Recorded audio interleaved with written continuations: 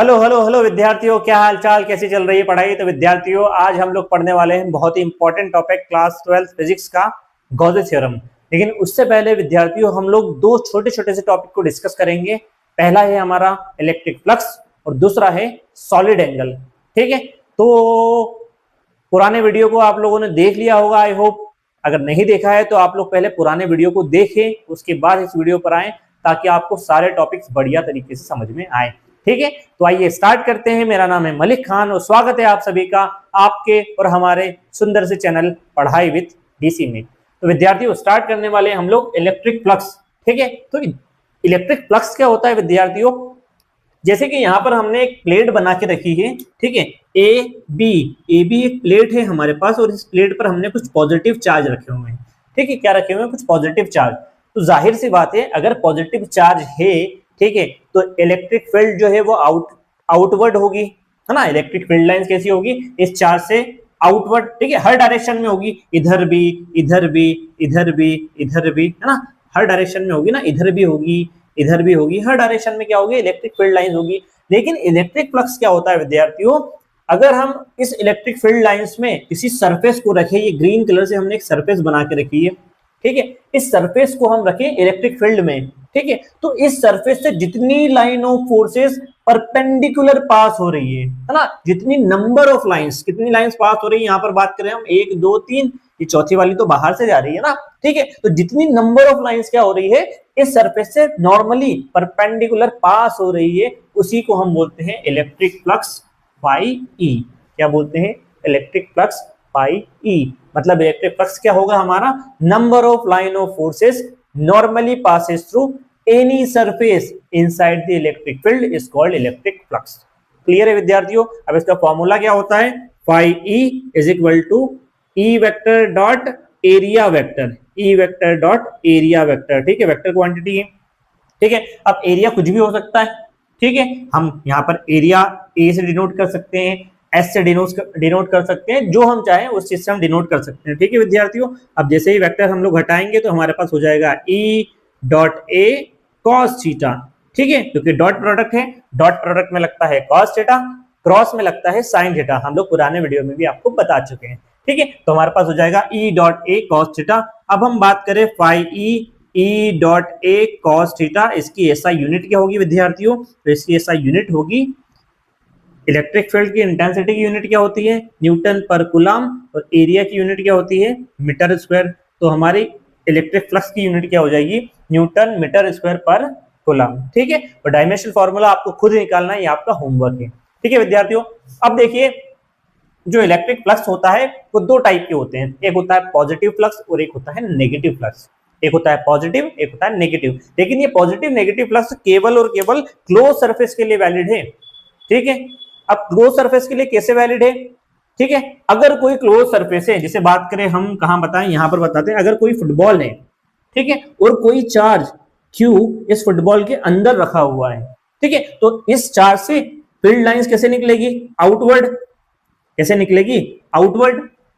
ठीक है, तो फील्ड लाइंस इस क्लोज सरफेस से आउटवर्ड निकल रही है बाहर की तरफ, तब हम इस फ्लक्स को बोलेंगे पॉजिटिव फ्लक्स। क्या बोलेंगे? Positive flux. फाई ई निकालना जरूरी विद्यार्थियों। ठीक है, क्योंकि ई फॉर इलेक्ट्रिक फील्ड है ना, और बी निकालेंगे जब हम बी के बारे में बात करेंगे। फाई बी ये होगा मैग्नेटिक फील्ड के लिए, वो होगा मैग्नेटिक फ्लक्स, ये होगा इलेक्ट्रिक फ्लक्स। ठीक है, तो अगर किसी क्लोज सरफेस से फील्ड लाइंस आउटवर्ड जा रही है तो हम उसे बोलेंगे पॉजिटिव फ्लक्स। अगर किसी क्लोज सरफेस में फील्ड लाइंस इनवर्ड जा रही है, अगर चार्ज हमारा क्लोज सरफेस से बाहर है और फील्ड लाइंस उस क्लोज सरफेस के अंदर एंट्री कर रही है ना, इनवर्ट जा रही है क्लोज सरफेस के, तब हम यहां पर बोलेंगे जो हमारा फाई ई है वो कैसा है? नेगेटिव। कैसा है? नेगेटिव। ठीक है, क्लियर है? बहुत ज्यादा बार इस बारे में बातें नहीं करेंगे, छोटा सा टॉपिक है। आइए हम लोग आगे बढ़ते हैं। हमारा नेक्स्ट टॉपिक है विद्यार्थियों सॉलिड एंगल। क्या है? Solid angle. जैसा कि हमने यहाँ पर एक छोटा सा गंदा सा डायग्राम बना के रखा है वाटरमेलन का। किसका? वाटरमेलन का, ग्रीन कलर का। ठीक है, तो वाटरमेलन में हम लोग सॉलिड एंगल थोड़ा अच्छे से समझ सकते हैं विद्यार्थियों। क्या होता है, जैसे कि ये हमारा वाटरमेलन है, अगर हम इसे यहाँ से काट कर ऐसा पीस बाहर निकालें, जैसा कि हम लोग जब वाटरमेलन लेने जाते हैं तो भैया से बोलते हैं ना, भैया कट करके बताओ रेड है या नहीं है। ठीक है, तो हमें कट करके बताते हैं, ऐसा एक पीस निकाल, ऐसा काटते हैं, कट करके बाहर निकालते हैं। ठीक है, तो ऐसा कुछ पीस निकलता है, वो सॉलिड होता है ना, ठीक है, सॉलिड होगा ना, उसी को बोलते हैं, यहाँ पर जो एंगल बन रहा है उसी को बोलते हैं सॉलिड एंगल। मतलब किसी क्लोज सरफेस से, किसी सॉलिड सरफेस से, है ना, किसी क्लोज सरफेस से उस सरफेस के अंदर ही इनसाइड किसी पॉइंट पर बनने वाला एंगल होता है सॉलिड एंगल। ठीक है, सॉलिड एंगल हमेशा 3D में बनता है विद्यार्थियों, कैसा बनता है? 3D में। प्लेन एंगल बनता है 2D में, सॉलिड एंगल बनता है 3D में। ठीक है, तो हम क्या बोलेंगे? The angle made by any closed surface at a point inside that closed surface is called solid angle. ठीक है, तो इसको हम बोलते हैं सॉलिड एंगल डी ओमेगा। ठीक है, अब ये जो डी ओमेगा होता है इसका फॉर्मूला होता है विद्यार्थियों, डी ओमेगा बोला है तो हमने यहाँ पे लिया है D A cos theta by R square. ठीक है, ए क्या है? एरिया। कहीं कहीं पर इसको डी एस भी लिखते हैं, जहां पर हमने एरिया को एस लिया है वहां पर हम एस बोलेंगे, डी एस। अगर ए लिया है तो ए बोलेंगे, डी ए। ठीक है, और आर स्क्वायर, आर जो है विद्यार्थियों वो है यहां से यहां तक की लेंथ, जो हमारा स्मॉल सरफेस एरिया हमने लिया है ना डी एस, वहां से इस पॉइंट की डिस्टेंस, इसको बोलते हैं आर, रेडियस। ठीक है, यहाँ पे हमने एंगल बनाया, ठीक है, उसकी रेडियस या डिस्टेंस को बोलते हैं आर, तो इसका फॉर्मूला होता है D A cos theta by R square. ठीक है विद्यार्थियों, और जब हम इसका इंटीग्रेशन कर दें तो इसकी वैल्यू होती है 4 पाई। ठीक है, इन छोटी छोटी चीजों को आप लोग ध्यान रखना। ठीक है, आगे हमारे डेरिवेशन में ये काम आने वाली है। ठीक है, आई होप आपको समझ में आ गया होगा। आइए आगे बढ़ते हैं आज के हमारे मेन टॉपिक की तरफ। ठीक है, हमारा आज का मेन इंपॉर्टेंट टॉपिक जो है, जो आपकी एग्जाम में आने वाला है, बहुत ज्यादा चांसेस इसके आने के, वो है गॉसेस थ्योरम। ठीक है, कुछ लोग इसको गॉसेस लॉ भी बोलते हैं। ठीक है, गॉसेस थ्योरम हो, गॉसेस लॉ हो, एक ही बात है। ठीक है विद्यार्थियों, तो आइए स्टार्ट करते हैं हमारा आज का इंपॉर्टेंट और सबसे मेन टॉपिक, वो है गॉसेस थ्योरम। क्या है? गॉसेस थ्योरम या गॉसेस लॉ। ठीक है, गॉसेस थ्योरम। तो विद्यार्थियों, गॉसेस थ्योरम क्या होती है? गॉस नाम के एक साइंटिस्ट है, इन्होंने एक थ्योरम दी थी। उन्होंने ये बताया था कि अगर कोई क्लोज सरफेस है, अगर कोई क्लोज सरफेस है और उस सरफेस के अंदर कोई चार्ज है, तो सरफेस से पास होने वाला जो net charge, net electric flux है, वो उस सरफेस में प्रेजेंट टोटल चार्ज का 1/ε0 टाइम्स होता है। क्या बताया था उन्होंने? गॉस ने क्या बताया था कि अगर कोई क्लोज सरफेस है, ठीक है, यहाँ पर बना देते हैं, तो हम यहाँ पर एक रैंडम सी कोई सी क्लोज सरफेस ले लेते हैं ना। क्लोज सरफेस कैसी भी हो सकती है विद्यार्थियों, उसका कोई शेप नहीं कि वो स्फेरिकल ही होगी। ठीक है, कैसी भी हो सकती है। तो हमने यहाँ पर रैंडम एक क्लाउडी बना दी क्लोज सरफेस। ठीक है, थोड़ा और दूसरा डायग्राम बनाए क्या?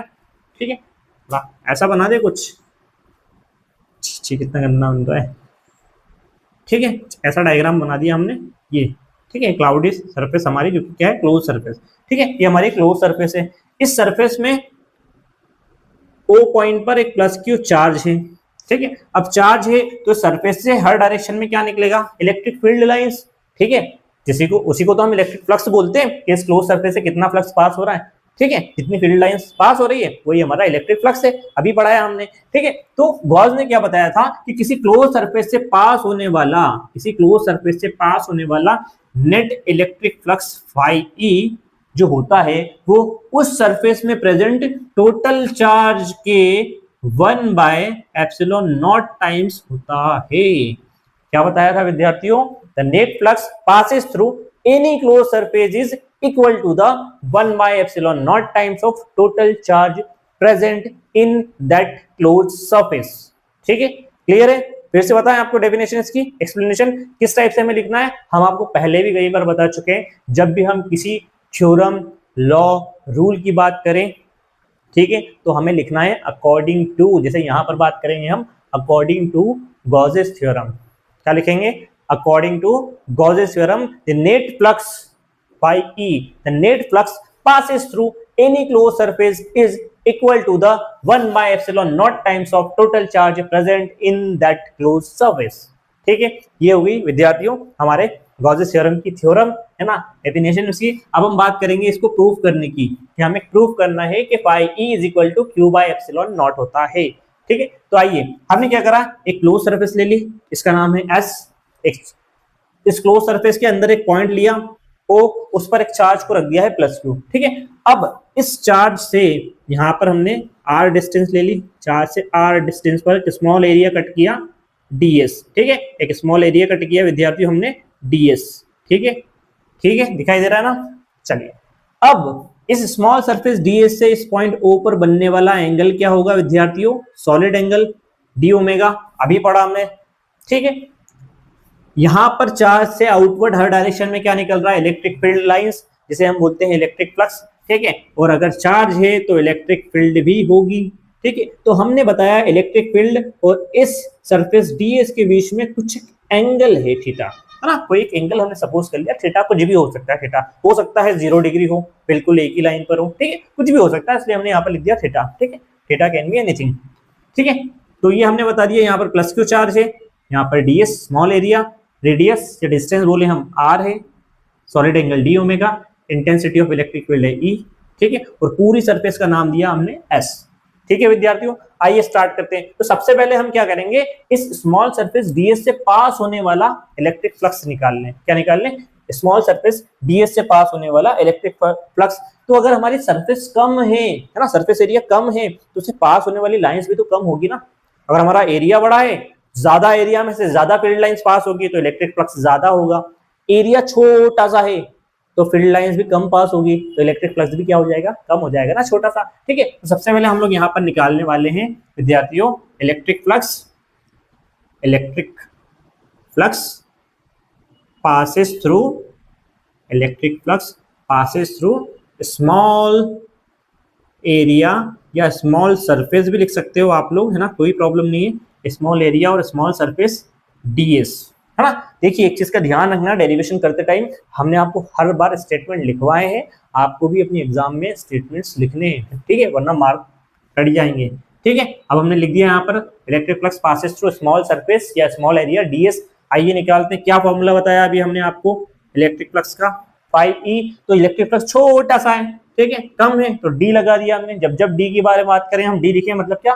कम अमाउंट में बात, छोटी चीज के बारे में बात हो रही है ना, कम अमाउंट की बात हो रही है। तो D 5E is equal to electric field E vector dot area vector. तो एरिया क्या है विद्यार्थी यहाँ पर? डीएस, है ना, स्मॉल एरिया क्या है? डीएस। तो ई वेक्टर डॉट डीएस वेक्टर, ठीक है। वेक्टर को हम लोगों ने सॉल्व किया तो डी 5E क्या हो जाएगा? क्रॉस डॉट प्रोडक्ट में कॉस थीटा, यहाँ पर लगा दिया हमने cos theta, E dot DS cos theta, ठीक है। आइए अब आगे सॉल्व करते हैं हम। ई की वैल्यू रख दें 1/4 pi epsilon naught dot Q by R square, ठीक है। ई की वैल्यू यही होती है, पुराने कई सारे वीडियो में हम लोग आपको बता चुके हैं, ठीक है। जिन लोगों ने पुराने वीडियो नहीं देखे एक बार देख ले, ठीक है, ताकि आपको क्लियर हो जाए कि कहाँ से ई की वैल्यू आई, ठीक है। ई का फॉर्मूला क्या है? F/Q0, ठीक है। साथ में बची हुई चीजों को लिख दें ds cos theta.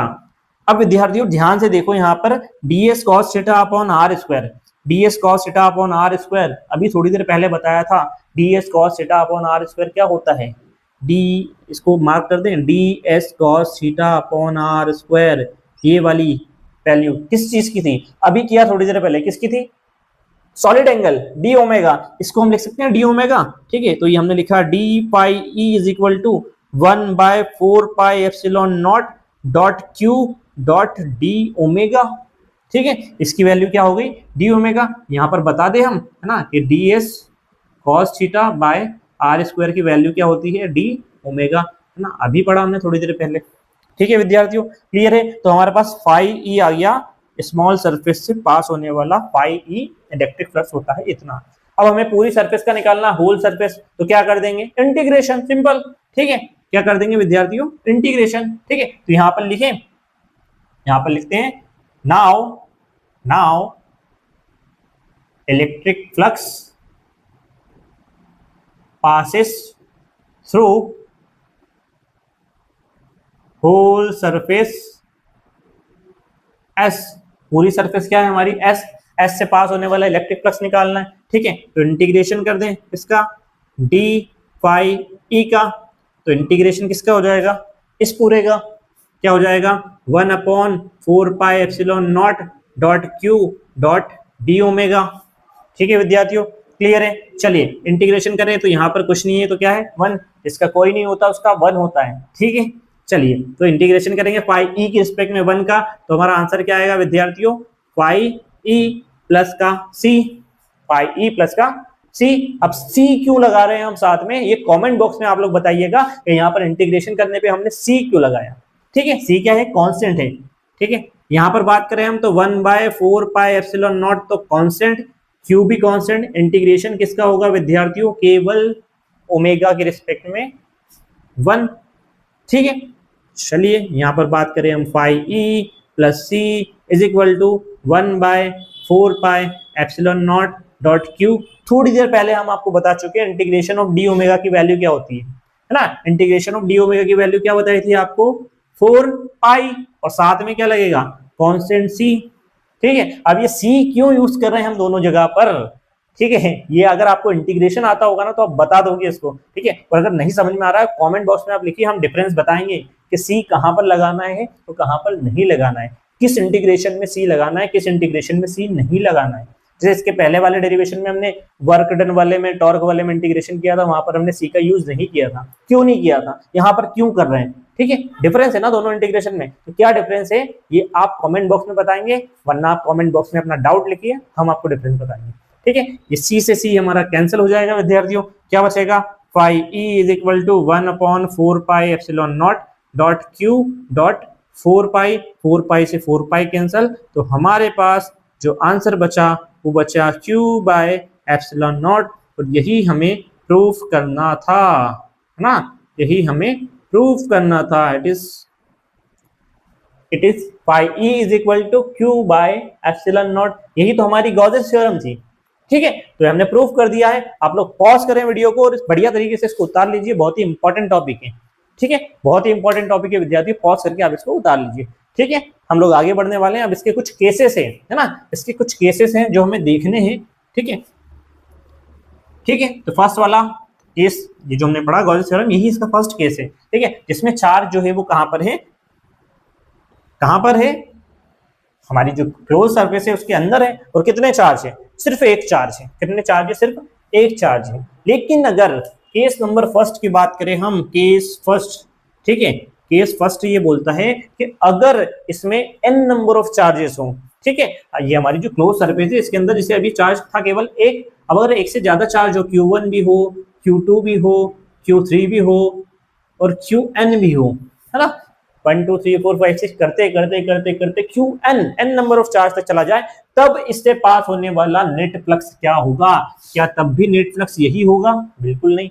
Number of charge बढ़े तो क्या होगा, फ्लक्स भी तो बढ़ेगा ना, क्योंकि नेट फ्लक्स तो चार्ज पे डिपेंड कर रहा है। फ्लक्स जो है वो चार्ज अपॉन एप्सिलॉन नॉट के बराबर है ना, चार्ज बाय एप्सिलॉन नॉट के बराबर है। ठीक है, तो हम करें सॉल्व। ठीक है, फर्स्ट केस क्या है, यहाँ पर लिख दे, व्हेन more than